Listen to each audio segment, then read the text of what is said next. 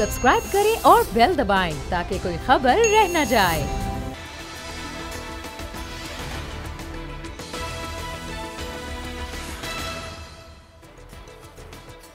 अस्सलाम वालेकुम, मैं हूं फैसल अजीज़ खान।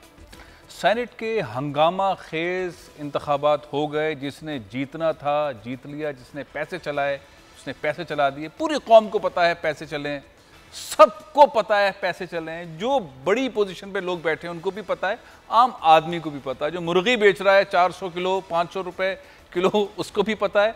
जो खवातीन घर पर है उनको भी पता है, सबको पता है, लेकिन कोई एक्शन नहीं हो रहा। अब क्या एक्शन होगा?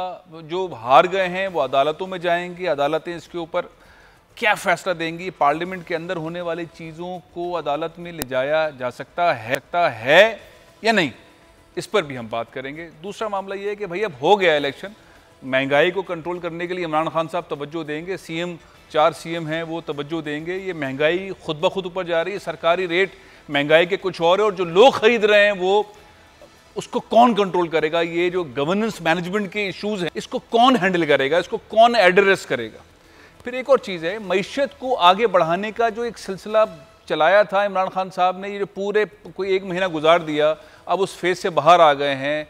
वो 50 लाख घर, 1 करोड़ नौकरियां, वो क्या सिर्फ पंजाब केपी और सिर्फ बलूचिस्तान के लिए? सिंध के अंदर भी तामीराती शोबे के हवाले से जो ऐलानात थे उस पर अमल दरामद होगा या नहीं होगा?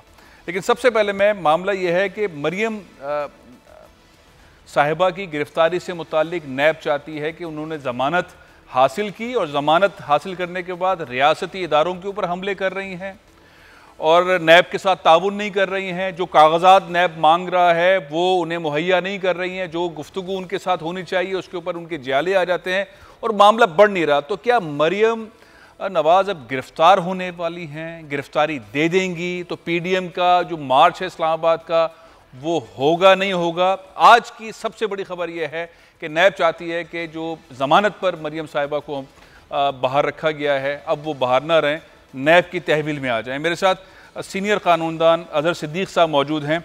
अस्सलाम वालेकुम। वालेकुम अस्सलाम। सबसे पहले तो ये कि मरियम साहिबा का तो सवाल मैं करता हूं, लेकिन सेनेट के इंतखाबात के हवाले से अजहर सिद्दीक साहब, क्या ये मामला अदालत में जा सकता है, हाई कोर्ट में जा सकता है, ऐवान के अंदर की प्रोसीडिंग्स अदालत में चैलेंज हो सकती हैं और पीडीएम जा सकती है, और क्या है इस पे आईनी पोजीशन? बहुत शुक्रिया फैसल साहब। देखिए, बुनियादी तौर पर 2-3 चीजें जरा समझनी बहुत जरूरी है। सेनेट के जो इलेक्शन है, अगर आपको पता हो, कई मामला में कोर्टों में मामला गया, लेकिन एक जो पास समझ नहीं है कि आम इलेक्शन में और जो खास तौर पर chairman senate, deputy chairman, speaker national assembly, deputy speaker national assembly, चारों सूबाई असेंबलियों के जो इलेक्शन है ये अंडर दी कॉन्स्टिट्यूशन होते हैं। ये आईने पाकिस्तान 1973 के तहत होते हैं। बाकी जो इलेक्शन ले लें, मिसाल के तौर पर आप नेशनल असेंबली के इलेक्शन ले लें, प्रोविंशियल असेंबली के इलेक्शन ले लें या सेनेट के इलेक्शन ले लें, ये सारे इलेक्शन लॉज के तहत होते हैं। यानी पहले होता था रिप्रेजेंटेशन ऑफ पीपल एक्ट 1976, अब रिप्लेस कर लिया है, और सेनेट एक्ट होता था 1975, अब रिप्लेस कर लिया इलेक्शन एक्ट 2017 ने। और आपने देखा होगा कि वो सारे इलेक्शंस को रेगुलेट जो है ना वो इलेक्शन कमीशन ऑफ पाकिस्तान करता है, और इलेक्शन कमीशन सारे इस प्रोसेस को देखो, चूंकि वो कानून के तहत इलेक्शन है, इसलिए वो प्रोसीजर प्रोवाइड किया हुआ है कि इलेक्शन के अगर बिजाब्तगी हो तो सेक्शन 9 के हवाले से डस्का की अपने पोजीशन देखी। अगर अमूमन कोई इलेक्शन चैलेंज करना हो तो इलेक्शन पिटीशन आती है इलेक्शन ट्राइब्यूनल के सामने, वो प्रोसीजर सारा दिया हुआ है वहां पर। यूसुफ रज़ाक गिलानी के सेनेट के इलेक्शन जो हफीज शेख साहब में भी 7 वोट रिजेक्ट हुए थे, यहाँ भी 7 वोट रिजेक्ट हुए थे। मैं पहले क्लियर कर दूं कि वो रेमेडी इलेक्शन लॉज के तहत मौजूद होती है तो वो वहां चैलेंज की जाती है। अब इस इलेक्शन और उस इलेक्शन में फर्क है, जमीन आसमान का फर्क है कि ये इलेक्शन है आईने पाकिस्तान के तहत। अब आईने पाकिस्तान के तहत आर्टिकल 60 और 69 को पढ़ना बहुत जरूरी है। 60 है पार्लियामेंट यानी चेयरमैन सेनेट और डिप्टी चेयरमैन सेनेट के इलेक्शन होने हैं और वो क्या तरीकाकार होना है वो प्रोसीजर सारा प्रोवाइड किया हुआ है। आर्टिकल 69 कहता है जो पार्लियामेंट की जितनी भी प्रोसीडिंग है that can not be असेल्ड before any forum, किसी कोर्ट इंक्वायर नहीं कर सकती, देख नहीं सकती। और चले मामला मुक गया, अदर मामला मुक गया, यानी कि अब ये कहीं पर चैलेंज नहीं होगा। सजनानी साहब 3 साल के लिए चेयरमैन और गिलानी साहब 6 साल के लिए सेनेटर, कहानी खत्म। अब आ जाए दूसरे वाले मामले पे। वो लोग समझना चाहते हैं मरियम साहिबा जमानत पर हैं, वो जमानत उनकी ताहयात रहेगी। अब नैब ने ख़त लिख दिया है और वो कहते हैं कि ये जो रियासती इदारे हैं उनको चैलेंज कर रही हैं, बयानात दे रही हैं और एक ताउन नहीं कर रही है नैब के साथ। इसमें कितनी गुंजाइश है इस अपील में कि नैब जो है वो इसके अपने हक में फैसला करवा लेगी और मरियम साहिबा गिरफ्तार हो जाएंगी? देखिए, मैं एक चीज आपके साथ पिछले में एक चीज बतानी बड़ा जरूरी है। जिन दो फैसलों पे वो इन्हिसार कर रहे हैं वो लोकल गवर्नमेंट के इलेक्शंस के हवाले से है। उसका ताल्लुक चेयरमैन सेनेट डिप्टी चेयरमैन से नहीं है। वैसे भी आइन के आर्टिकल 226 के तहत अगर आपने नाम पे बोर लगा दिया तो आपने आइडेंटिफाइबल वोट बना दिया, वो वोट बैक हो जाएंगे। सिर्फ क्लियर कर दूं। अब दूसरा जो सवाल आपके सामने है, असूली तौर पर देखिए, आपको जब किसी इंक्वायरी या इन्वेस्टिगेशन के अंदर हो और आप रेफरेंस फेस कर रहे हो तो नैब जो बेल दी जाती है वो एक कंसेशन होती है। आपको पता है मरियम नवाज साहबा को जो एक में कन्विक्शन हो चुकी है एवन फील्ड में इस्लामाबाद के अंदर, इस्लामाबाद हाईकोर्ट ने सस्पेंड की थी। नवाज शरीफ साहब भी उसमें बेल पे थे और यहाँ इन्हें चौधरी शुगर मिल में एक जमानत दी थी लाहौर हाईकोर्ट ने औरत होने के नाते, और ये कंसेशन दिया था कि ये इंक्वायरी और इन्वेस्टिगेशन में कोऑपरेट करेगी। इंक्वायरी और इन्वेस्टिगेशन में कोऑपरेट वो नहीं कर रही। और दूसरा जो है ना, इदारों के खिलाफ जो बातें कर रही हैं, जो बिला वजह तनकीद कर रही हैं, तनकीद है। देखिए, आईन पाकिस्तान के खिलाफ वर्जी, आइन के आर्टिकल 17 की खिलाफ वर्जी, 19 की खिलाफ वर्जी, ये सारी चीजें मौजूद है और नजीरात ऐसी मौजूद हैं कि जब आप बेल को मिस यूज कर रहे हो तो वो हाई कोर्ट को इख्तियार, मुतलका कोर्ट को इख्तियार है कि वो बेल वापस ले सकती है, वो विड्रॉ कर सकती है। अब इसी चीज को सामने रखते हुए नैब ने जमानत दायर की है और ये डिपेंड करता है, हाई कोर्ट ने देखना है कि वो इस मामले को देखती है। अमूमन ऐसा होता है जब जमानत दे दी जाए, जमानत वापस बड़ा कम ली जाती है। ये प्रेसिडेंट चली आ रही है। इस जमानत मनसूखी के खिलाफ सुप्रीम कोर्ट भी राब्ता किया हुआ उन्होंने वो भी रास्ता। इसमें आपकी बात सही है। मैं जो सवाल जो पॉइंट है वो पॉइंट ये है, जो नैब ने प्ली ली है वो ये कह रहा है, नैब ये कह रहा है अपनी दरखास्त के अंदर कि सोशल मीडिया पर रियासती इदारों के खिलाफ बयानबाजी कर रही है। चौधरी शुगर मिल से मुतालिक दस्तावेजात उनसे मांगे गए थे 10 जनवरी को, वो उन्होंने अब तक मुहैया नहीं किए हैं। उन्हें नोटिस दिए गए लेकिन उन्हें नोटिस के जवाब नहीं दिए। उन्हें मुख्तलिफ तरीक़ों से बुलाया गया लेकिन वो आती नहीं है। अब वो ऐसे हथकंडे इस्तेमाल कर रही हैं जिससे ताउन नहीं हो रहा है। इसलिए हम चाहते हैं कि दोबारा से इनको हम अपनी तहवील में ले लें ताकि ये केस आगे बढ़ाया जा सके। तो ये तो बड़े मजबूत किस्म के लगते हैं। देखिए, बुनियादी तौर पर एक बात तो बड़ी वाज़ेह है कि मरियम नवाज साहबा बाहर फिर रही हैं, जलसे जुलूसों में जाती हैं हर जगह। आपके सामने देखे जब नैब लाहौर पे हमला करना था तो किस तरह गई थी, ये रिकॉर्ड की चीजें। अब कानून बड़ा वाज़ेह है, इनको कोऑपरेट करना है। दूसरा जो रियासती इदारों के बारे में बात कर रही है, मेरी नजर के मुताबिक तो सडिशन और बगावत आता है। नवाज शरीफ साहब की तकरीब भी आपने देखी, उसको लेके प्रमोट जिस तरह किया जा रहा है, जलसे जुलूसों में जो बात की जा रही है, prevention of electronic crime act के तहत भी जुर्म है। तो ये सारी चीजें जो बुनियाद को कंसेशन इसलिए दी थी, आपको पता है कि आगदार साहब भगौड़े हैं, एब्सकॉन्डर हैं, पैमरा के अहकामात की वजह से वो टीवी पे नहीं आ सकते क्योंकि आप ग्लोरीफाई कर रहे हैं जुर्म को। तो मरियम नवाज साहब अभी जो बाहर रहकर और ये एडवांटेज लेकर वो ग्लोरीफाई कर रही हैं जराइम को। अब सवाल ये पैदा होता है अदर सिद्दीक साहब, कितना % चांसेस है इस जो रिक्वेस्ट की है नैब ने कि उनके हक में फैसला आए और मरियम साहिबा की गिरफ्तारी मुमकिन हो सके?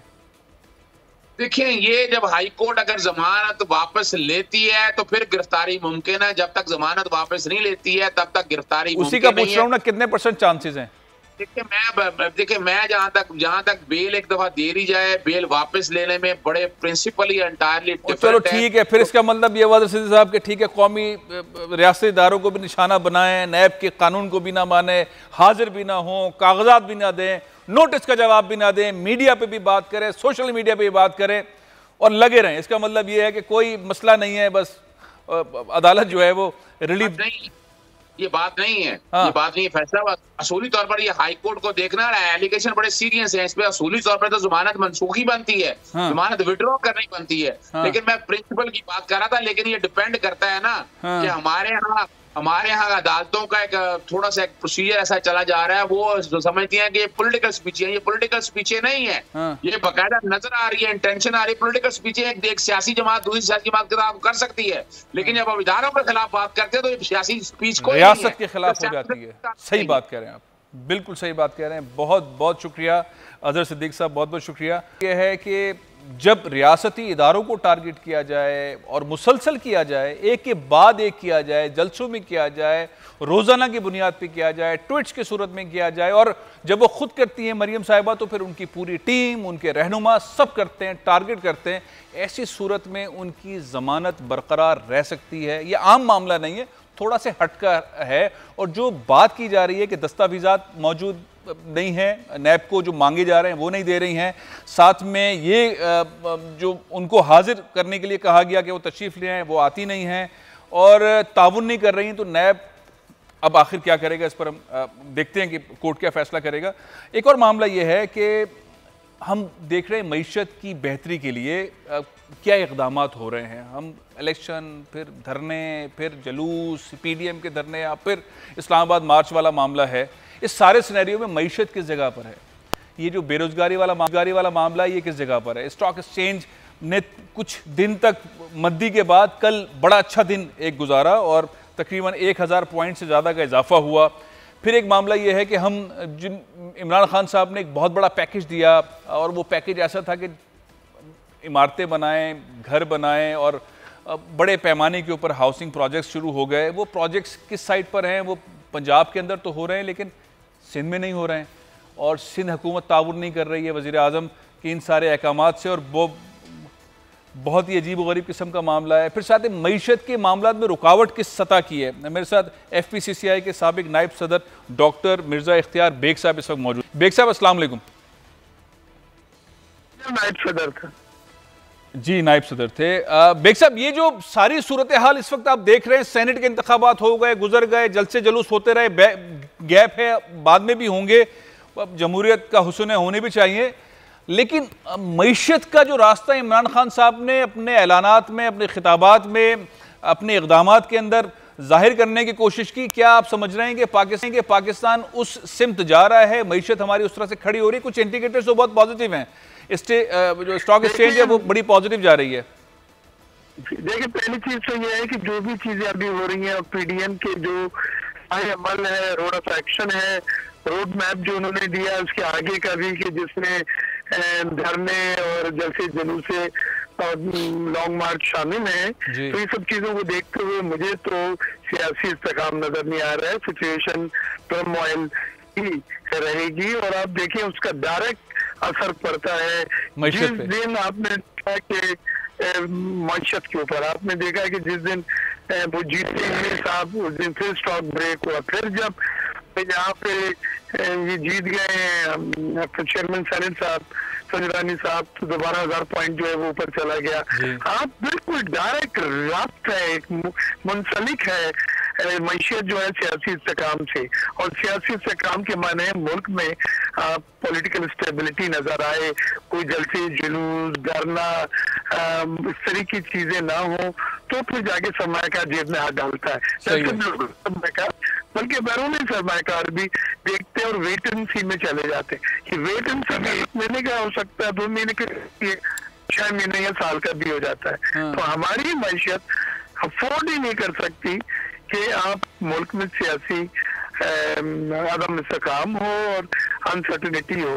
लिहाजा ये जरूरी है कि खुदारा जो तो अभी गारंटी नहीं है कि मईशत सही रास्ते होगी। जल्द से जुलूस होंगे, एहतजाज भी होगा, सेनेट के इंतखाबात के ऊपर एतराज़ात भी होंगे, मरियम साहिबा से मुतालिक जो नैब के मामलात हैं वो भी चलते रहेंगे, लेकिन असल मामला ये है कि मुल्क की मईशत जा किस तरफ रही है। जब हमने देखा कि कुछ ऐसी खबरें थी तो स्टॉक एक्सचेंज गिर रही थी, कल के नताइज के बाद फिर स्टॉक एक्सचेंज 1000 पॉइंट ऊपर चली गई है। क्या कनेक्शन है दोनों का? मेरे साथ सीनियर बिजनेसमैन है, बहुत सीनियर बिजनेसमैन है, CPLC के सरबराह भी रहे हैं, डायरेक्टर हैं पाकिस्तान स्टॉक एक्सचेंज के, अहमद चुनाई साहब इस वक्त मौजूद हैं। अस्सलाम वालेकुम अहमद भाई। जी वालेकुम सलाम। क्या कनेक्शन है अहमद भाई? ये खबरें सियासी, तकारीर सियासी, हुकूमत अपोजिशन का ये जो गठजोड़ है उससे मईशत का क्या डायरेक्ट ताल्लुक है, और मईशत किस तरह से गिरती है, स्टॉक कैसे गिरता है? और एक खबर, एक नतीजा आया, हुकूमती नुमाइंदा जीता, चेयरमैन सेनेट बन गए संजरानी साहब, और अचानक स्टॉक जो है वो बहुत ऊपर चली गई।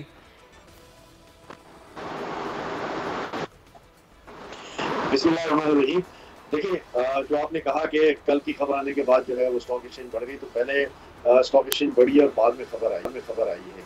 ये इलेक्शन दोपहर में हुआ था, स्टॉक एक्सचेंज सुबह से जो है वो तेजी में थी, और जब 3:30-4 बजे कल जब मार्केट बंद हुई है उसके बाद जो है वो इलेक्शन के नतीजे आए जो तकरीबन 5:30-6 बजे के करीब आए हैं। नतीजे आपको पहले मिल गए थे क्या? जी, नतीजे पहले मिल गए थे क्या? नहीं, नतीजे पहले नहीं मिल गए थे। देखिए, बात दो तीन चीजें इसमें बहुत अहम है।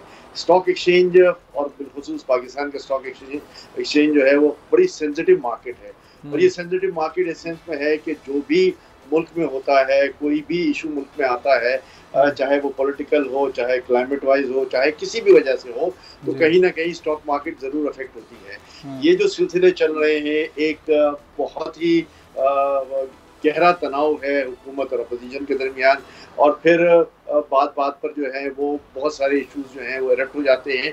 उसकी वजह से स्टॉक मार्केट पे रोज़ाना अफेक्ट ज़रूर आता है। लेकिन अभी ये जो पिछले हफ्ते अफेक्ट आया है उसकी एक ख़ास वजह ये थी कि कुछ ऐसे सर्कुलर्स आए थे जिनमें ये था कि बहुत सारे एग्जेम्पशंस बिलखुसूस IT सेक्टर पे जो है वो विड्रॉ हो जाएंगे। लेकिन जुमे की सुबह गवर्नमेंट का कॉन्ट्रडिक्शन आ गया और उसके बाद मार्केट बेहतर होना शुरू हो गई।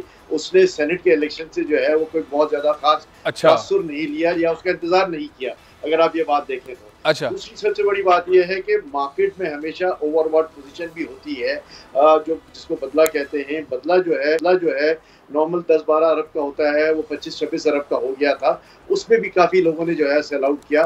तीसरा, म्यूचुअल फंड ने भी सेल आउट किया था मंगल बुध जुमेरात, तो इसकी वजह से मार्केट पे एक बहुत बड़ा प्रेशर था।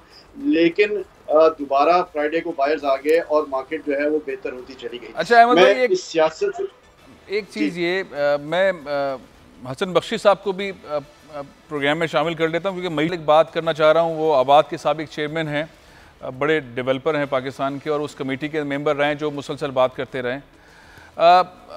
अहमद चुनाई साहब और हसन बख्शी साहब दोनों से सवाल कर रहा हूँ। अहमद भाई, आप पहले जवाब दीजिएगा। मईशत को हम जब लेकर चलते हैं, इस हुकूमत के जो टारगेट्स हैं उसको सोचते हुए, देखते हुए कि पाकिस्तान में मईशत की बेहतरी करनी है, एक पैकेज का ऐलान कर दिया हाउसिंग से मुताल्लिक, और वज़ीर आज़म पाकिस्तान ने बहुत सारे इस तरह के ऐलान किए। अब हम जो 2.5 साल पे पहुँचे, हम क्या आप एज अ सनतकार, एज ए इन्वेस्टर क्या देख रहे हैं कि पाकिस्तान की जो मौजूदा हुकूमत है उसकी डायरेक्शन मईशत की बेहतरी के लिए किस सिमत पे जा रही है?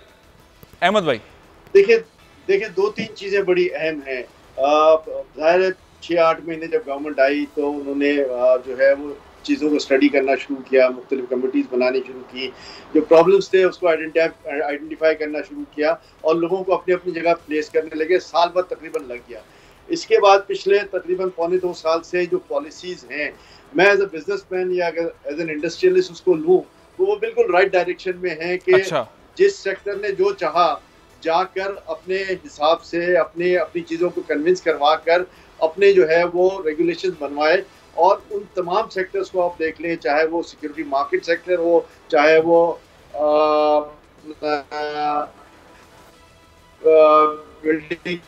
स्टील हो, चाहे IT सेक्टर हो, सब में आपने देखा कि दिन रात चौगनी लोगों ने तरक्की की। और पिछले 2.5-3 साल के अरसे में जो लोगों ने रेवेन्यू जनरेशन किया है वो अनप्रेसिडेंटेड है पिछले 70 साल की पाकिस्तान की हिस्ट्री में। और मैं ये समझता हूँ कि ये बहुत बड़ा बेनिफिट है जो हमारे मुल्क के 5-6 हज़ार बड़े बिजनेसमैन को मिला, और डाउन द लाइन उनका इफेक्ट अगर आ गया तो मैं समझता हूँ कि 50-60 लाख लोगों को और आ गया होगा। लेकिन इसमें एक सबसे बड़ी ग्लेयरिंग बात जो है और जो तवज्जो तलब बात यह है कि इस रेवेन्यू जनरेशन के साथ होना ये चाहिए था कि मुल्क में पॉवर्टी एलिवेशन होनी चाहिए थी। पूरी दुनिया में कमोडिटी प्राइसेस बढ़ गई है, एक अनप्रेसिडेंटेड जो है वो प्राइस हाइक आया है कंज्यूमर आइटम्स में। मैं उस साइड पे आता हूँ, महंगाई पे आता हूँ। मैं बख्शी साहब को भी इसमें शामिल करूँ। बख्शी साहब, बहुत मेहनत की आपने, आपकी लीडरशिप में डेवलपर्स ने बहुत मेहनत की, एक पॉलिसी आ गई। हम सोच रहे थे कि घर बनना शुरू हो जाएंगे, पंजाब में बनना शुरू हो गए, KP में बनना शुरू हो गए।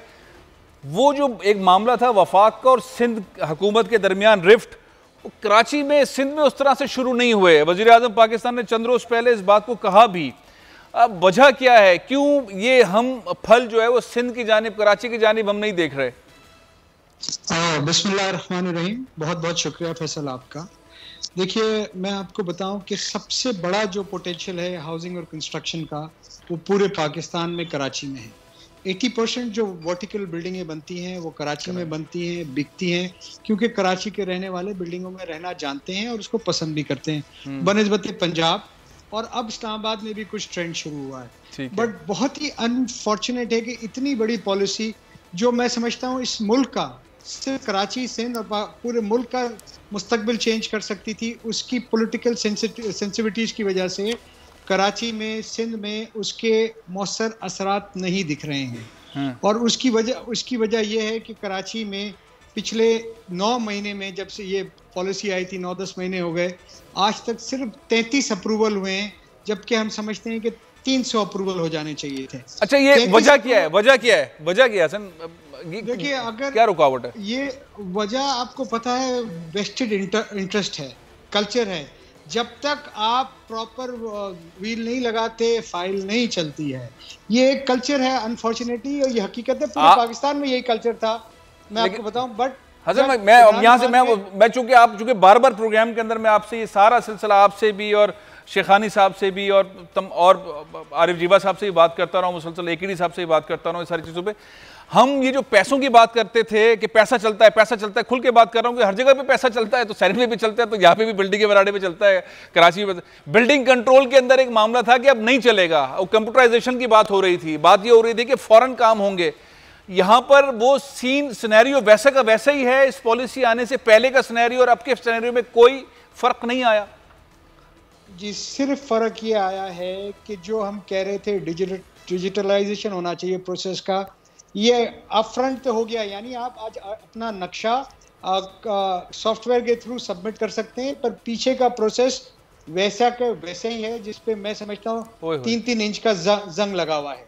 मैं आपको ये एक चीज़ कंप्लीट करता हूँ। देखिए, जब इमरान खान साहब आए, पूरे पाकिस्तान में यही कैफियत थी, सिर्फ कराची में नहीं, CDA में, LDA में यही कैफियत थी। पर जब उन्होंने तवज्जो दी, तो चूंकि CDA की और LDA की और खैबर पख्तूनख्वा की स्ट्रिंग्स वो पुल कर सकते हैं, वहाँ पर जो लोग काम नहीं कर रहे हैं उनको ट्रांसफ़र भी करवा सकते हैं, उनको सस्पेंड भी कर सकते हैं। यहाँ पर ऐसा नहीं है, इसलिए इसके वो असरात वो नजर नहीं आ रहे। यानी कि लाहौर डेवलपमेंट अथॉरिटी और कैपिटल डेवलपमेंट अथॉरिटी, वहाँ पे करप्शन नहीं हो रही है, काम तेजी से स्मूथ हो रहे हैं, और सिंध बिल्डिंग कंट्रोल अथॉरिटी के अंदर टिका के पैसा चल रहा है। जी देखिए, मैं ये नहीं कहूँगा कि बिल्कुल ही वो एंजल हो गए हैं, एंजल्स एसोसिएशन ऑफ पाकिस्तान हो गए, बट बहुत मैनेजेबल हद तक वो नीचे आ गए हैं। और वहाँ काम पे तवज्जो है, ऊपर के पैसों पे तवज्जो नहीं है। अनफॉर्चुनेटली कराची में आज तक, जब तक आपके ऊपर प्रॉपर आशीर्वाद नहीं, आपकी फाइल चलेगी नहीं। मुझे बताइए, हर आदमी कहाँ से आशीर्वाद लेके आएगा?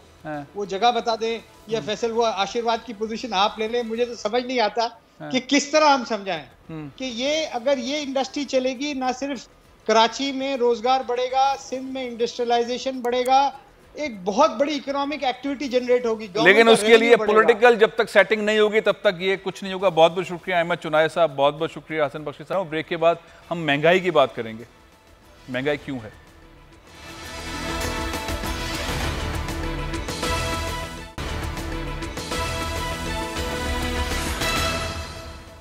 महंगाई आखिर कंट्रोल क्यों नहीं हो रही? सरकारी रेट और मार्केट में बिकने वाले जो अशिया हैं उनके रेट में इतना बड़ा फ़र्क क्यों है? सरकारी सतह पे मुर्गी के प्राइस 150 रुपये, 160 रुपये किलो गोश्त होना चाहिए, मिल रहा है 400, 500, 600 रुपये किलो। टमाटर ले लें, चीनी ले लें, ये ले लें, हर चीज़ के अंदर हमें एक गैप नज़र आता है। गवर्नेंस मैनेजमेंट एग्जिस्ट नहीं कर रही, गवर्नमेंट वो रोल प्ले नहीं कर पा रही। पाकिस्तान कंज्यूमर एसोसिएशन के चेयरमैन कौकब इकबाल साहब, इन्होंने एक कैंपेन चलाई हुई, बाइकआउट करें जो चीज़ें महंगी हैं। कौकब साहब अस्सलाम वालेकुम। कौकब साहब अस्सलाम वालेकुम। वालेकुम अस्सलाम। ये महंगाई, जी बिल्कुल आ रही है। महंगाई कंट्रोल करने के लिए बाइकआउट बाइकआउट बाइकआउट, आपने फिर ऐलान कर दिया बाइकआउट करें। लोग तो वैसे ही बाइकआउट के ऊपर है, चीज़ें महंगी हो गई है, कहाँ से खरीदें।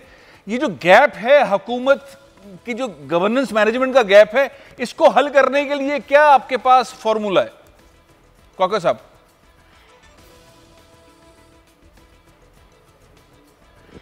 जी आवाज बिल्कुल नहीं आ रही मुझे। अच्छा, मैं ये पूछ रहा था कौकब साहब के जो रेट्स हैं सरकारी और जो अशिया मिल रही हैं मार्केट में उसमें बहुत बड़ा फासला है। नजर आता है गवर्नेंस मैनेजमेंट हुकूमत की ठीक नहीं है। आप बार बार ऐलान करते हैं बाइकआउट करें, जिन चीज़ों की कीमतें ज़्यादा हैं उनका बाइकआउट करते हैं, खुद ही रेट्स कम आ जाएंगे। लोगों की इस्तात तो वैसे ही नहीं रही है इतनी कि वो चीज़ें खरीद सकें। मैं ये पूछना चाहता हूँ आपसे कि जो गवर्नमेंट का रोल है, जो ऑफिसर्स का रोल है, जिन्होंने कीमतें सरकारी नर्ख के ऊपर बिकवानी होती हैं, उसको ठीक करने के लिए आपके पास क्या फॉर्मूला है? किस तरह आप इनके साथ डायलॉग करेंगे या करना चाहिए? देखें, ये गवर्नमेंट मैं नहीं समझता कि महंगाई को कंट्रोल करने में कोई सीरियस नजर आती है। उनको तो महंगाई उनके घरों में लगती ही नहीं, क्योंकि गवर्नमेंट ऑफिसर्स हैं, उनको पता ही नहीं है। आपने जैसे मिनिस्टर का सुना, आपने कमिश्नर साहब के बारे में देखा कि उन्होंने कहा कि साहब ये कहाँ मुर्गी महंगी बिक रही है। एक आध दुकान पे हो गई कहीं मुर्गी महंगी। आप ये देखिए कि उनको ये पता नहीं है कि पूरे कराची में क्या, पूरे पाकिस्तान में जो है वो मुर्गी की प्राइस बढ़ गई, और फिर इतनी बढ़ी कि आज पाकिस्तान की तारीख में कभी मुर्गी की प्राइस इतनी नहीं थी, यानी 500 रुपए किलो तक चली गई। तो ये इनका काम यह है कि ये कंट्रोलर जनरल जो प्राइसेस बने हुए हैं, कमिश्नर कराची और इसी तरह के तमाम कमिश्नर साहिबान पूरे पाकिस्तान में, उनके पास एक ओहदा कमिश्नर का और एक ओहदा है कंट्रोलर जनरल प्राइजेस का। तो कंट्रोलर जनरल प्राइजेस में सिर्फ वो लिस्टें निकालते हैं, जो 2 रुपए की लिस्ट है उनका बंदा जाके वो 10 से 20 रुपए की लिस्ट। ये तो सालों से सुनते आ रहे हैं और सालों से आप कहते आ रहे हैं, इसका हल बताइए ना। आप इतनी मेहनत करते हैं, लोग आपसे उम्मीद रखते हैं। मैं आपको हल बता रहा हूँ। इसका हल ये है कि जब तक एजाजी मजिस्ट्रेट मुकर्रर नहीं किए जाएंगे, कंज्यूमर प्रोटेक्शन का डिपार्टमेंट अलग नहीं बनाया जाएगा, कंज्यूमर अफेयर्स मिनिस्ट्री अलग नहीं बनाई जाएगी, जब तक जो है कोई वो अमल दरामद नहीं हो सकता। क्योंकि इनके पास, आज मैंने बात की एडीसी सेंट्रल है कि भाई हम जा रहे हैं वो मुर्गी के प्राइसेस चेक कर दें, तो उन्होंने कहा साहब हमें गुस्सा नाले साफ करा रहे हैं, तो उसमें तो हमारे कोई भी जो है पुलिस भी उसमें लगी हुई है और हमारे तमाम असिस्टेंट कमिश्नर्स भी उसमें लगे हुए हैं। तो जब इनके पास ये नाले साफ कराने का काम है, इनके पास पोलियो मुहिम का काम है, इनके पास जो है कोविड से निपटने का काम है, तो आप कह रहे हैं अलग एक इदारा बना। अच्छा काका साहब, आखिरी चीज बताइए, ये जो प्राइस की कीमतों में इजाफा इस हुकूमत में कुछ ज्यादा देखा जा रहा है। पहले भी होती थी महंगाई, लेकिन इसमें तो बहुत ज्यादा है ना, मतलब सोचने समझने की सलाहियत नहीं है। आपके ख्याल में मुर्गी के गोश्त की कीमतों में इजाफा हुआ क्यों है? देखिए, एक तो वो जो कि ये चाहते हैं कि ये हुकूमत जो फेडरल हुकूमत है वो फेल हो जाए, हालांकि फेडरल हुकूमत का काम नहीं है। फेडरल हुकूमत का काम ये जो है 18 अमेंडमेंट्स के बाद तमाम सूबाई हुकूमतों को ये दिया गया था और उसमें ये बताया गया था कि प्राइस कंट्रोल करना अब आपका काम है, क्योंकि वो सूबाई हुकूमतों की जिम्मेदारी है। ठीक है, मगर वो ये सारी चीजें जो है लाद देते हैं। फेडरल गवर्नमेंट में कोई किसी उसकी सियासी जमात की हिमायत नहीं कर रहा, मगर लोग ये समझते हैं कि महंगाई अगर कोई है, जैसे तो आपका मतलब ये आपका कहने का मतलब ये हुआ कि सूबाई हुकूमतें मुलव्विस हैं। तो पंजाब में जो कीमतें बढ़ रही हैं वहां तो पीटीआई की हुकूमत है, केपी में जो बढ़ रही है वहां तो उनकी हुकूमत है, पीटीआई की हुकूमत है, बलूचिस्तान में भी इत्तेहादी है।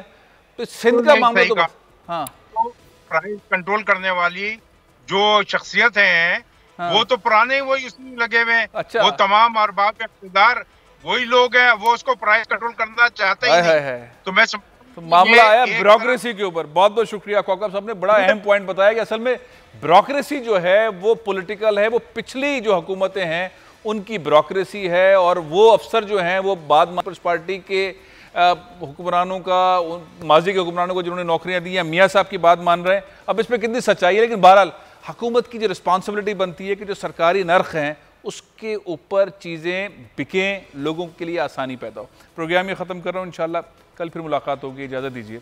पाकिस्तान जिंदाबाद।